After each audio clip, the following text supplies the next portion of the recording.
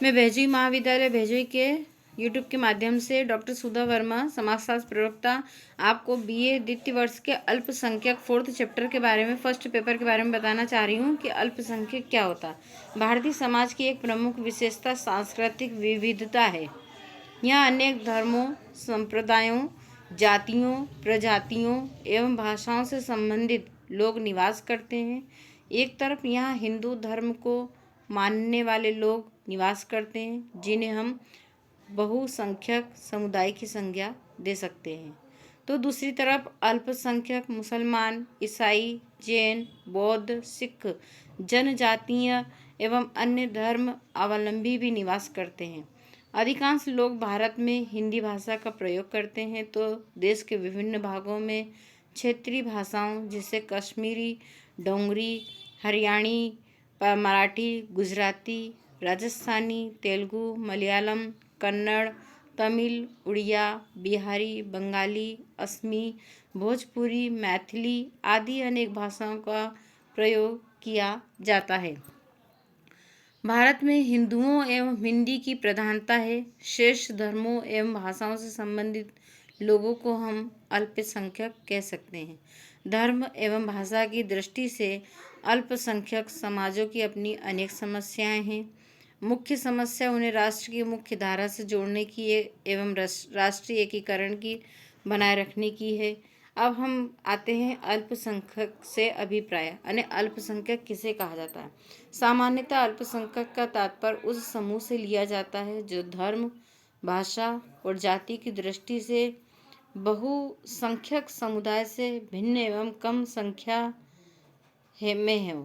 सन 1957 में सर्वोच्च न्यायालय ने केरल के शिक्षक विधेयक के संदर्भ में अल्पसंख्यक समूह उस समूह को माना जिनकी संख्या राज्य में 50% से कम है।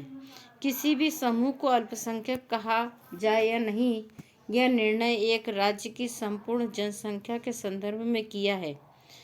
भारतीय संविधान में अल्पसंख्यक शब्द का प्रयोग किया गया है, किंतु इसकी कोई स्पष्ट परिभाषा नहीं दी गई है। भारत में मुसलमान, ईसाई, सिख, बौद्ध, जैन आदि धर्म अवलंबी एवं जनजातियों को अल्पसंख्यक की श्रेणी में गिना जाता है। भाषा की दृष्टि से संपूर्ण भारत के संदर्भ में हिंदी भाषी लोगों को छोड़कर अन्य भाषाएं बोलने वालों को तथा एक प्रांत के संदर्भ में उस प्रांत की प्रांतीय भाषा को छोड़कर अन्य भाषाओं का प्रयोग करने वाले लोगों को अल्पसंख्यक माना जाएगा। उदाहरण के लिए तमिलनाडु में तमिल भाषी लोग बहुसंख्यक, हिंदी भाषा लोग अल्पसंख्यक कहलाएंगे।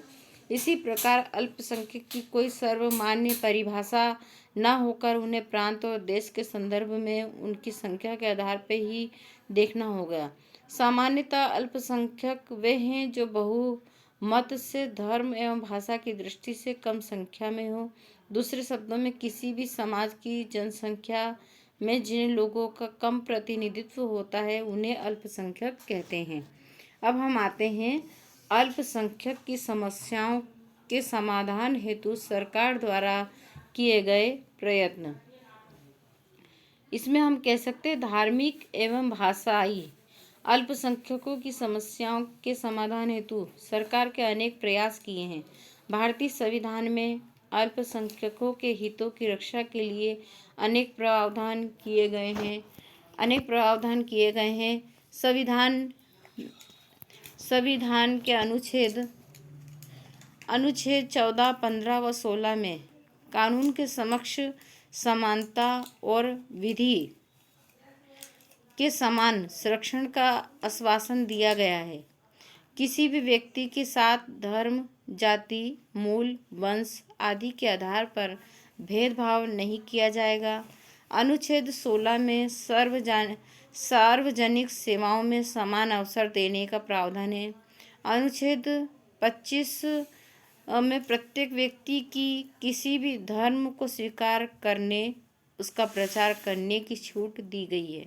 अनुच्छेद 26 में धार्मिक मामलों का प्रबंध करने, अनुच्छेद 27 में धर्म का प्रचार प्रसार हेतु कर वसूल करने तथा अनुच्छेद 28 में सरकारी शिक्षण संस्थाओं में धार्मिक उपासना में भाग न लेने की छूट दी गई है। अनुच्छेद 29 में नागरिकों को अपनी विशेष भाषा, लिपि एवं संस्कृति को बनाए रखने, सरकारी शिक्षण संस्थाओं में प्रवेश पर धर्म, मूल वंश, जाति एवं भाषा के आधार पर भेदभाव न बरतने का प्रावधान किया गया है। अनुच्छेद 30 धर्म और भाषा पर आधारित सभी अल्पसंख्यकों को शिक्षण संस्थाएं स्थापित करने एवं उनका प्रशासन करने का अधिकार देता है। हम उसमें अगला उसमें ले सकते हैं, अगले उसमें आते हैं। संवैधानिक प्रावधानों को लागू करने, उनका पुनरावलोकन करने के लिए सरकार ने कई विशिष्ट अधिकारियों एवं आयोगों की नियुक्ति की है। सन 1978 में अल्पसंख्यक आयोग की स्थापना की, जिसका एक अध्यक्ष एवं सदस्य अल्पसंख्यक समुदाय में से होते हैं। यह कमीशन अन्य कार्यों के अतिरिक्त संविधान में किए गए संरक्षण प्रावधानों का मूल्यांकन करने, उन्हें प्रभावी रूप से लागू करने के लिए सुझाव देने, केंद्र एवं राज्य सरकारों की नीतियों को लागू करने, शिकायतें सुनने, सर्वेक्षण एवं अनुसंधान करने तथा अल्पसंख्यकों के कल्याण हेतु समय समय पर रिपोर्ट देने का कार्य करता है। भाषाई अल्पसंख्यकों के लिए पृथक से एक कमीशन है, जो संविधान में भाषाई अल्पसंख्यकों को दिए गए प्रावधानों के बारे में जांच पड़ताल करता है, उनसे संबंधित शिकायतें सुनता है और उन्हें दूर करने का प्रयास करता है। सन 1983 में केंद्र सरकार ने पृथक से एक अल्पसंख्यक प्रकोष्ठ की स्थापना की, जो प्रधानमंत्री के 15 सूत्री कार्यक्रम का एक भाग है।